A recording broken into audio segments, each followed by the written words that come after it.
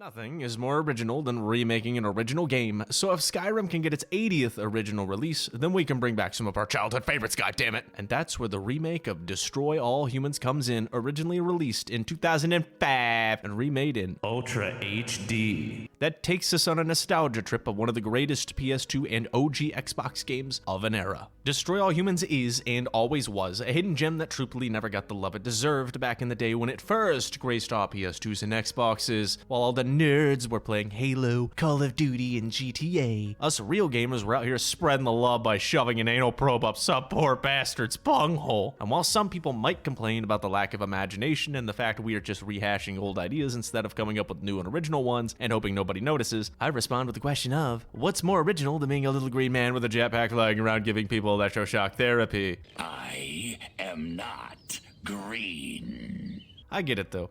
It's a remake, and not some brand new concept hitting the shelves, and normally I look at remakes the way I look back at the cringiest things I've ever done in my life. But this is one of those rare instances where we have yet to see another game quite like Destroy All Humans, or at least none that I am aware of, so this is one of those games that I am genuinely happy got a remake, and in fact believe this is one of those that deserve to be brought back. I cannot tell you how many times I played and beat this game as a kid, and was thrilled to jump back into it once I found out I could level small-town America in the 1950s all over again.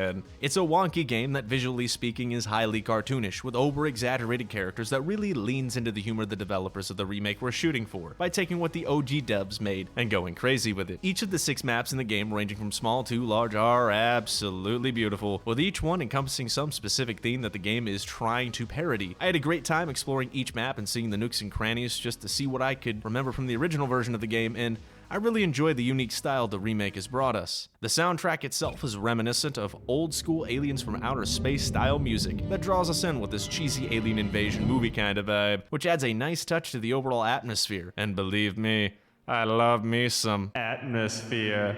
And the writing is goofy, with genuinely funny moments, because the game in its entirety never takes itself seriously, instead focusing on the absurdity of the story that we as the player are given. Oh no! They're at the main gates again! Okay, so what's the good news? This time they won't have Leon. Oh, goody.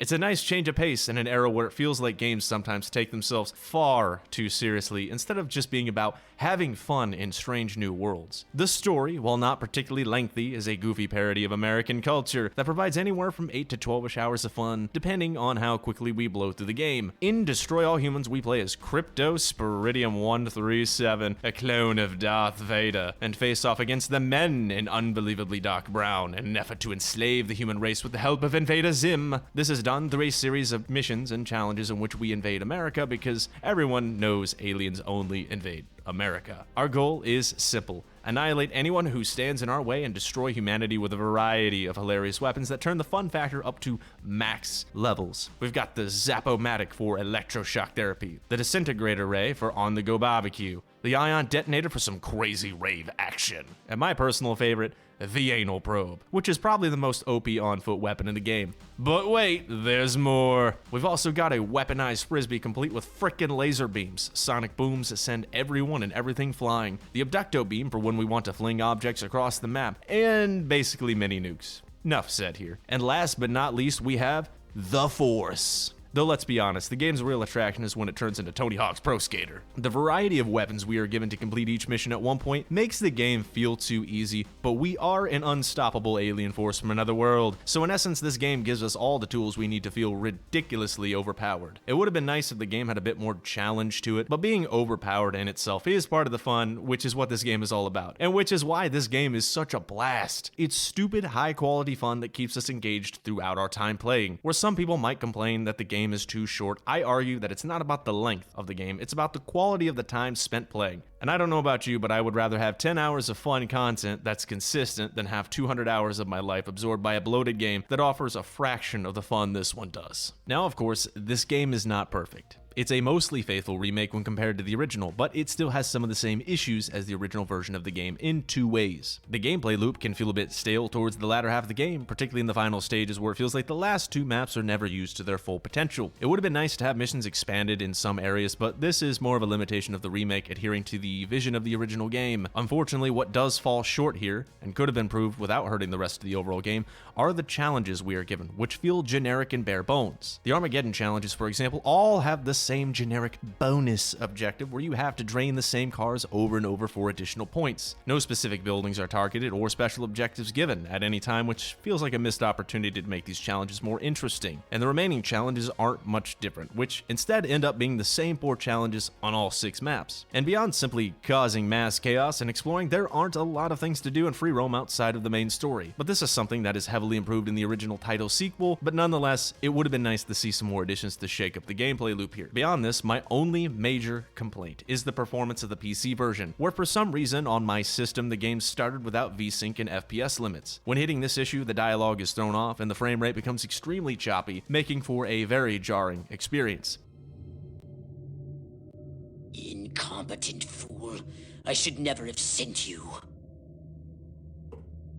What's shaking, Pox? I still had tons of fun once I fixed my own performance issues after performing a series of satanic rituals and selling my soul to Satan so I could actually play the game I spent money on. But I cannot stand it when a game like this has performance issues, as it hurts what is otherwise a fantastic game. While the majority of players will not likely have issues, especially when it comes to the console version, for a game that's been out on the market for going on 2 years now, it's not a good look to have this kind of issue this far past release. Still though, this game is special in so many ways. It's a return to an era of gaming where creativity felt like it was often at its peak. It's a fun, chaotic game with some of the most off-the-wall, eye-rolling moments that makes you hungry for more, and is one of those rare instances where you can't help but have fun, because that's what this game is about. Having fun with no strings attached.